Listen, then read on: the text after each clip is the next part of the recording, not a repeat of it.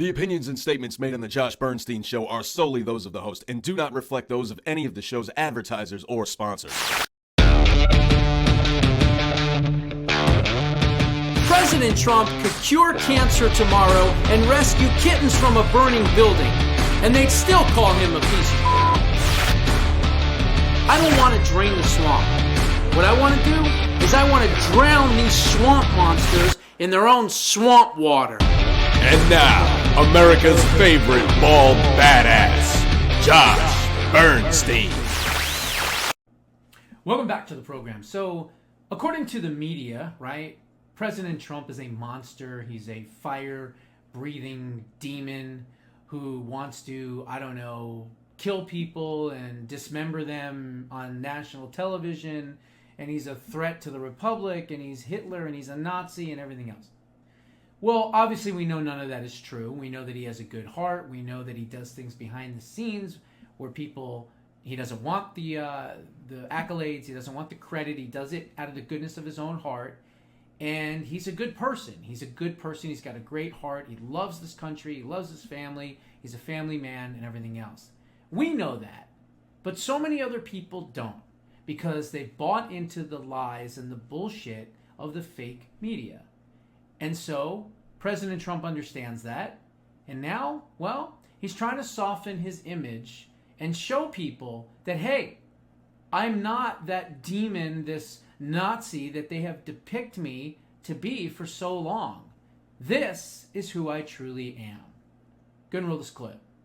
My name is Kai Imagine Trump. I'm speaking today to share the side of my grandpa that people don't often see. To me, he's just a normal grandpa. He always wants to know how we're doing in school. He always encourages me to push myself to be the most successful person I can be. I was shocked when I heard that he has been shot, and I just wanted to know if he was okay. It was heartbreaking that someone would do that to another person. A lot of people have put my grandpa through hell, and he's still standing. The media makes my grandpa seem like a different person, but I know him for who he is. He's very caring and loving, and he will fight every single day to make America great again. Make America great again.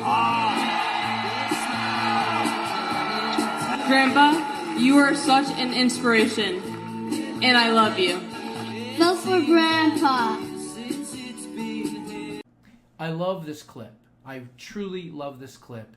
It shows his warmth, his character, his love, his admiration, his appreciation, his devotion. It shows everything. And I think that this ad in particular, which by the way is being played all over the place and in the swing states, really kind of humanizes President Trump.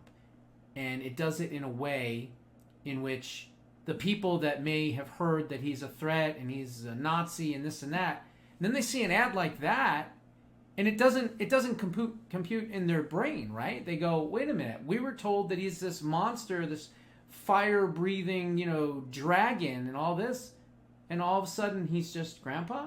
Really? So I really like that ad, and that's why I wanted to start with that. Now, the next thing I want to talk about is this. We know that there are so many single women that have been brainwashed into thinking that the only thing that matters in this world and in this life is their ability to kill their unborn children, okay? It's sick, it's demented, it's twisted. Republicans for years have been running from the abortion question, the abortion issue. They don't know how to handle it. The way that I would handle it is I would run straight at it. This is how I would do it. And I would do it, quite frankly, in a more, I guess you could say, graphic nature, because that's who I am. I don't believe in censorship, which is why I showed you the Soleimani spaghetti yesterday. Some of you probably saw that. Some of you probably said, I'll pass on that one, Josh. That's fine.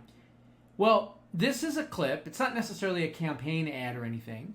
It's a clip, and it's from Senator Kennedy from Louisiana, who, for the most part, is kind of a funny guy. I wouldn't really call him a hardcore conservative by any stretch, but he's at least an entertaining, humorous type of person, and clearly he is indeed pro-life. And so he was having a congressional hearing, Senate hearing, whatever you want to call it, and he was talking to this one lady that clearly was for the abortion lobby.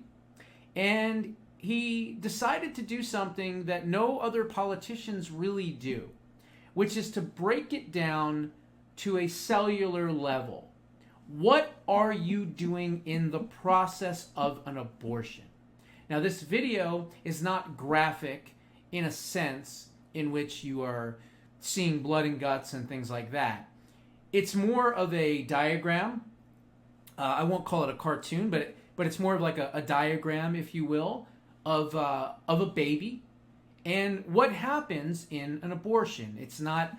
Is it terrible? Yeah, of course it is, but it's also not to the point where you are seeing blood and guts and all that. So I want to make sure people know that you don't technically have to really look away for this one, but it's very powerful, and I think it can change hearts and minds, especially if President Trump somehow cut it and edited it and used it as indeed a campaign ad. Go and roll this clip.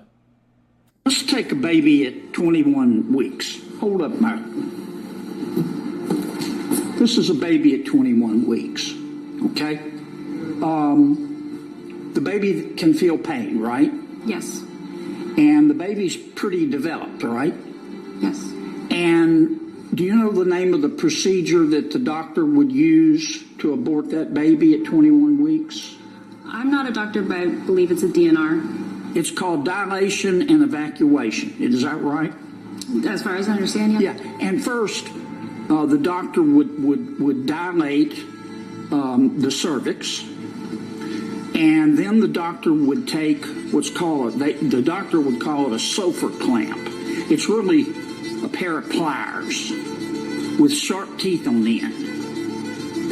And without giving the baby any pain medication, the doctor would go through the vagina, through the uterus, and start tearing the baby apart. Is that right? as far as I understand the procedure. Yeah, and she might start with the legs and pull them out, and the arms and pull them out, right? And then she might go for the heart or the spine and just pull the baby out piece by piece. Is that right? Without giving the baby pain medication.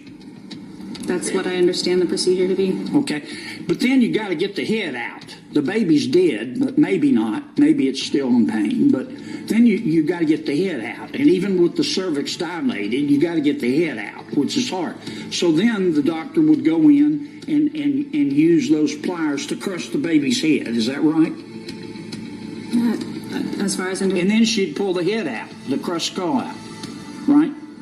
Senator Kennedy, your time has expired here. Well, you gave Senator the Stafford others waiting. plenty of time, Mr. Chairman.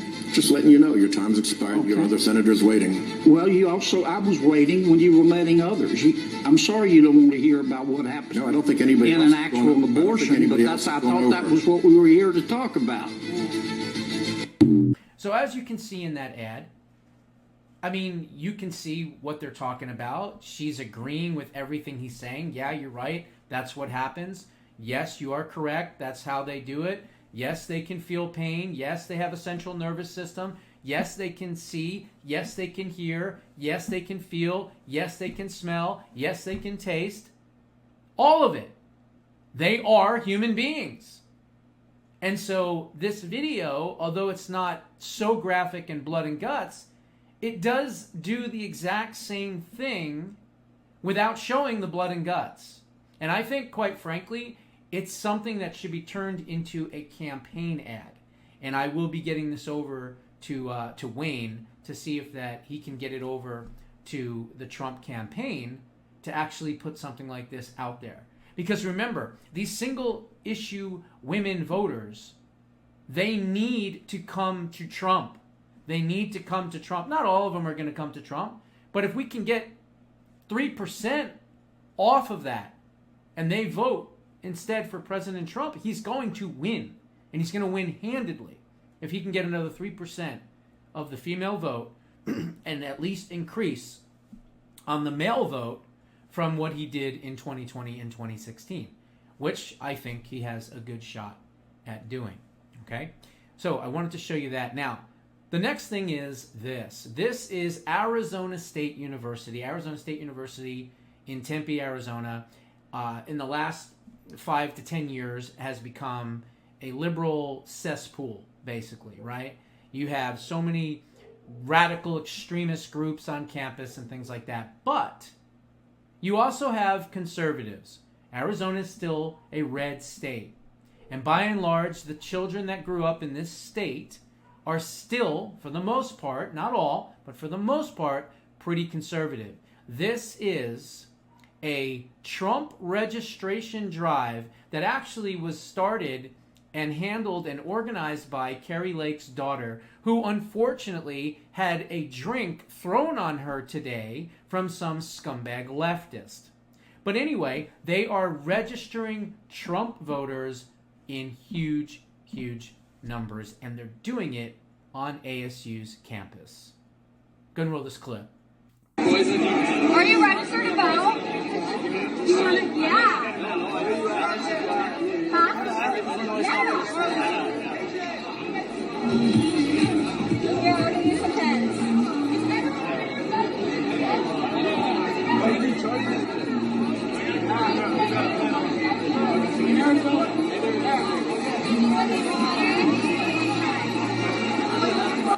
Is that beautiful? Is that absolutely beautiful?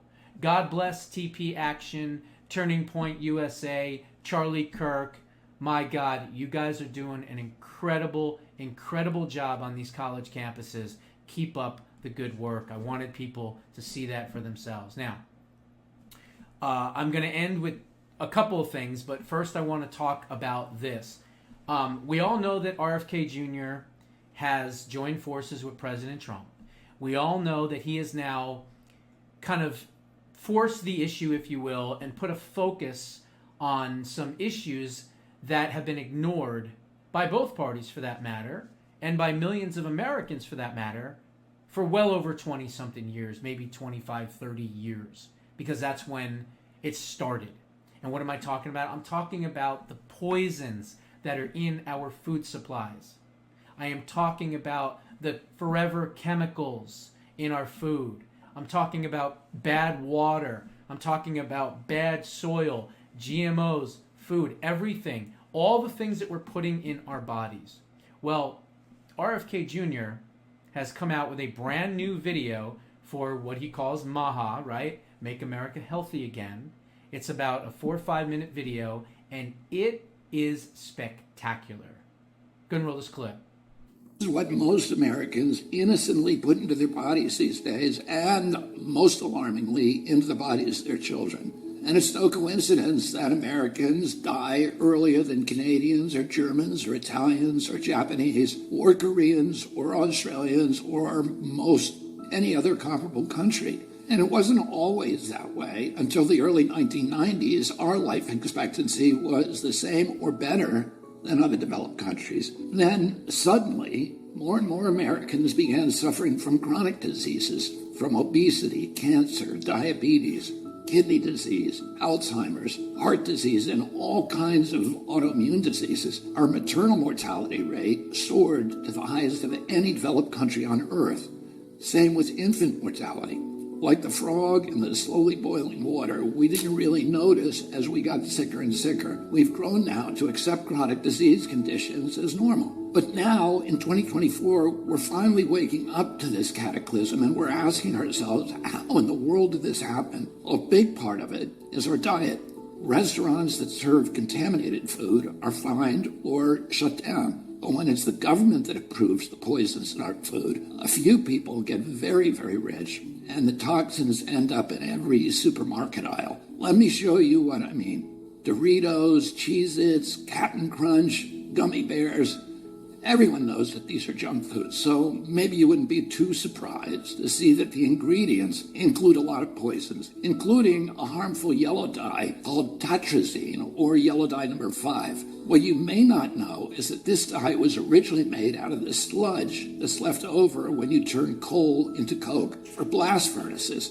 It's called coal tar, and I've actually sued many big industries for legacy contamination of coal tar all around the country because it's so toxic and it's so harmful to the environment and human beings. A century ago, it was just an obnoxious industrial byproduct that everybody was trying to figure out ways to get rid of. One of the ways that they did that was by paving roads. But then a British chemist figured out that the coal tar could be used to derive fabric dye.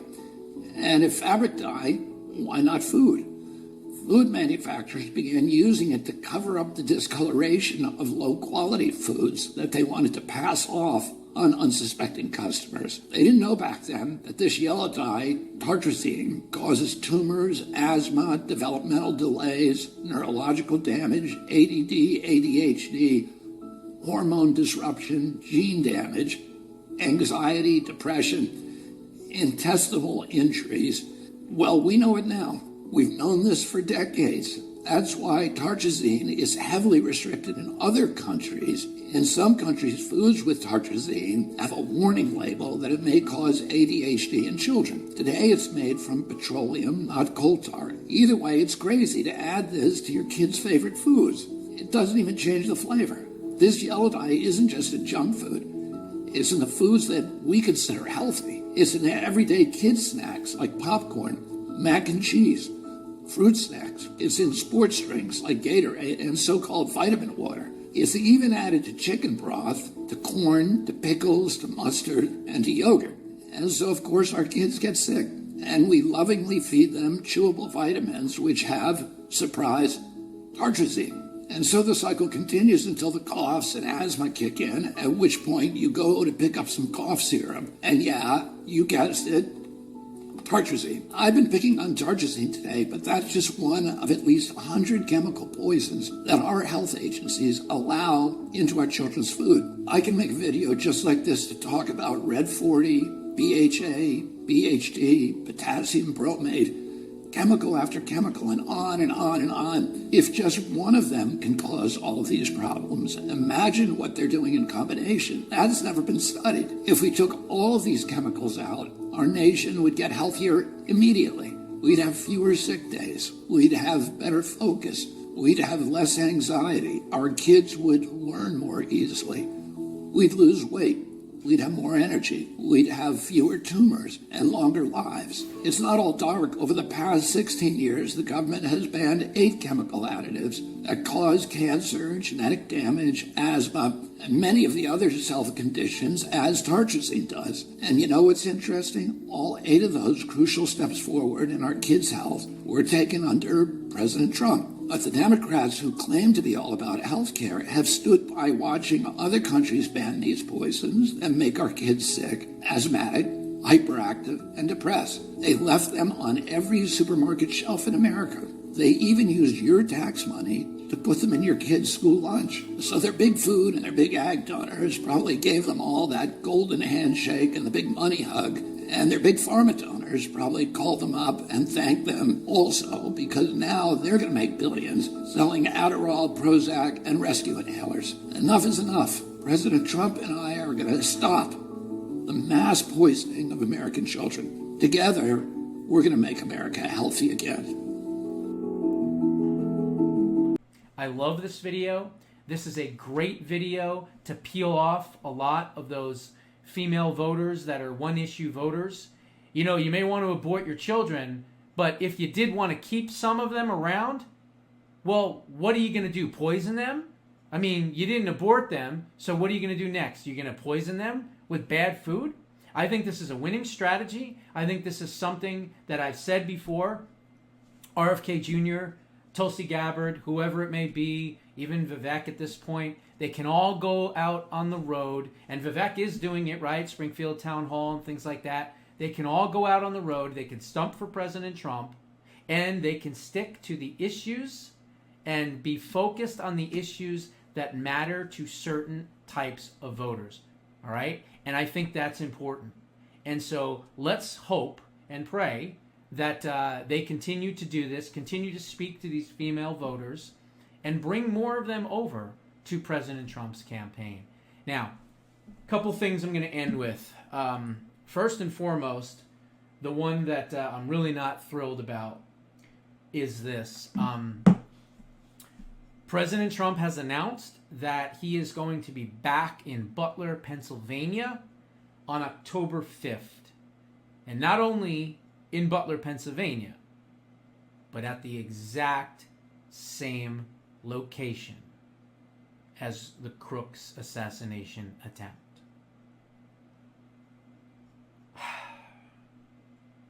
I don't know, man. Is it a death wish? I don't know what it is. Is it crazy brave? Is it a fearlessness that comes from a part of him that many people just don't possess that type of fearlessness? I mean, I'm pretty fearless myself. I do a lot of things. I take a lot of risks. But what President Trump is doing is very risky. It's very, very risky. I think the risk reward here is not worth it, to be quite honest. But I'm not running his campaign. Okay? Do I have people that I know that can get messages to him? Yes, I do. But he's going to do what he's going to do. And we just have to pray for the man. Pray for his safety. Because there's now a report out that says that an informant from New Mexico says that President Trump's plane is the next target for assassination. 9 heat-seeking surface-to-air missiles have been smuggled into the United States at the southern border for this purpose. There are 3 kill teams already inside the country that are Iranian. Trump has been informed of this. So has the U.S. intel agencies, as well as Congress and other authorities. Money has been transferred to a cartel to push this over the border. I'm not exactly sure what that means, but it sounds like to me the cartels are working with these Iranian assassination groups to get them into the United States.